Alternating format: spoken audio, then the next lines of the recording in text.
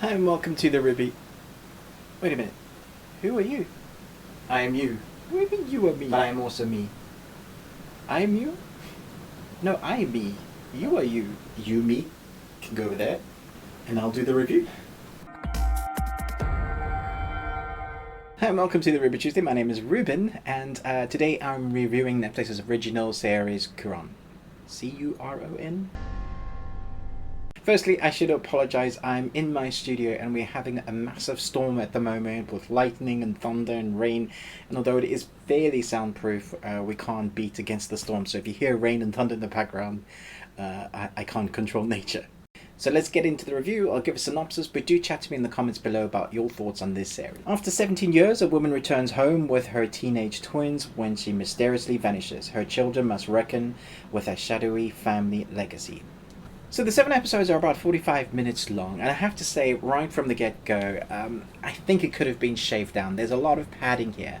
But what I really liked about it was the atmosphere that is created within the cinematography and the score.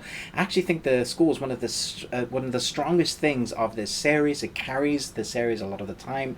The episodes with the really great cinematography at times, really atmospheric, wide, panoramic landscape shots. It's a beautiful setting with mountains and snow and trees, all looking very vibrant, very mysterious, and it really lends itself to the theme of the story as these kids have to try and find out what's happened to their mother. I feel like there's two stories here though. There is the one with the mystery that's gone on, this family's legacy, and there's the story that kind of takes a little bit place in this hotel that's very reminiscent of The Shining. At least that's what it reminded me of. There are nice long corridor shots and very atmospheric tones and subtle nuances from the score, although sometimes they do soundtrack that also really lends itself to the theme and tone that they're going for, really helps add to that tension, to that mood that they're going for. Although each episode does take its time getting to what they want to do, you kind of wish that they would kind of cut out some of the padding and just get to the point.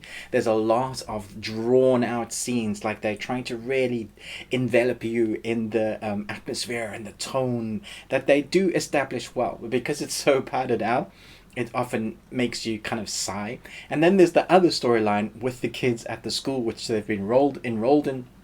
And in amongst that storyline, there is coming of age stuff. There's sexuality, identity.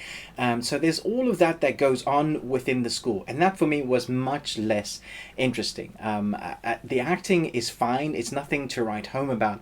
But for me, what gripped my attention is the mystery around this town. Crucifixes everywhere to keep back the darkness. The kids aren't allowed to go into many various places, especially the bell tower on the lake. It's all kind of centered around the house and the bell tower and the history. Perhaps there's a curse and something like really dark in the background. Try not to do any spoilers.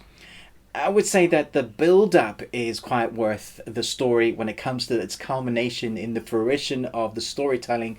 When you get to that end episode, number 7, you're kind of going, oh, okay, I didn't see all of that. For the most part, it's very predictable. And it's definitely one of those stories, oh, I know what they're going to do here. They're going to do that flipsy-flopsy thing. And you can totally tell what's going to happen. But there are a couple of fresh new ideas, which I think was really great. I also love the use of the cinematography and the bravery of the shots that they use. Sometimes you can use transitions to really add to the atmosphere that they're going for. So one particular, even in the first episode, they have this blink of an eye that transitions to another scene, but it adds to the atmosphere and adds to the tone, but also develops the story.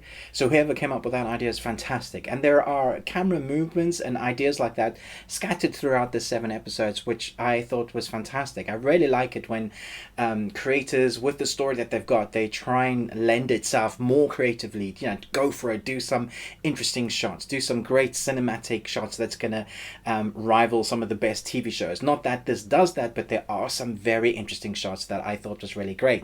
So when you add in that atmosphere, when you add in that score, that's really good. That is what's going to keep your attention. For me, the teenage angst I could have just done without. I think the acting is fine, but the better acting comes from the adults, but maybe that's because I'm not the demographic for that storyline, although the whole story is kind of centered around families and teenage kids that have to live with the consequences of what the parents have done or what is going on within this town. I think the story, though, is definitely the mystery, and for me that's what kept my attention to the end, although I could have done with probably 2 episodes being removed from the padding of that faster pace, faster cuts. Not that slowness isn't good, but when there's a point to it that moves the story along without dragging along the audience, then you're going to be interested in that. I did like what it gave us. I'd be very interested to see what happens in season 2. There's a couple of references to other TV shows like Orange is the New Black, which really helps cement the storyline in our world, so that you feel like it's realistic, so you can relate to it more, because if it's in our world, then maybe that stuff is really happening, and so that helps to add to the atmosphere. But then on the other hand, there are moments when a kid unlocks a door with a miniature screwdriver, and he kind of like wiggles it around, and then he's unlocked this door, and it's a normal lock, and you'd have to bump it, you would need a bump key or something more than what he had, and so that's just unbelievable. So on one hand, they're trying to place the viewer in a moment so you can enjoy it as almost reality in your world, but then on the other hand, they're making it unbelievable. So you have these two juxtapositions. One hand, they're trying to get you to believe that this could be your world, and the other hand, they're like, you suddenly go, oh, okay, this is fake, because that wouldn't happen. And so that was a little bit frustrating to me. I know sometimes you're just gonna kind of, let little things like that slide. But when it's the little things that take you out of it, and you just immediately go, oh, well, that didn't feel real at all. I don't think you could have done that. Yeah, I don't know. Like I mentioned before, there are fantastic locations, particularly the hotel. I think it has great atmosphere. They establish the kind of history of what's gone on before, kind of right in that first episode, kind of what's gone on. I do wish they kind of used that more. They used it a little bit, but I just felt like there was so much atmosphere in this castle hotel place that had they had some more scary shots, some more driving force of the main story in a really contained corridor. For me, when those shots were in this series, that's when it probably was the scariest, or not even scary, but it had that tension that I was like, oh, what's going to happen now? And that didn't happen much else on the outside. I was more intrigued in the mystery, but this, I guess, the scariest tension for me, those shots where it was in the hotel and the way it was filmed, I thought that was very intriguing. So I kind of wish they'd done more of that. I'm hoping that we will get a second season, because the story for me that takes place after this initial first series could be the most interesting one. What happens from that moment on? What's going to happen to the town? All those characters, all those kind of answered questions and unanswered questions that they kind of leave it like that. So there is a culmination and a finishing of a story, but then they definitely leave it open to your kind of going, wait, what happened? And there was a moment where I went, oh, okay, that's cool. So that is normally what happens with these initial origin stories. I always kind of want to know what happens next. I feel like sometimes you could just skip the origin stories and just place the viewer right in it, and then build the character backstories as you go along in flashbacks.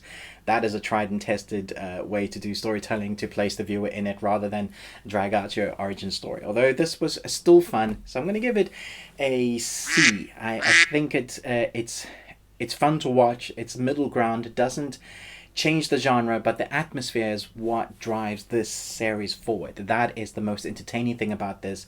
So along with that, cinematography and score, fun to watch, but not brilliant, if that makes sense. Do check out our other reviews that we have on there at the moment. We've got a cornucopia, interviews with directors, and all the Netflix series and movies coming out. As well as tomorrow, we've got quite a few new reviews coming out. So do stay with us, but most of all, until next time, remember, live long and Tuesday.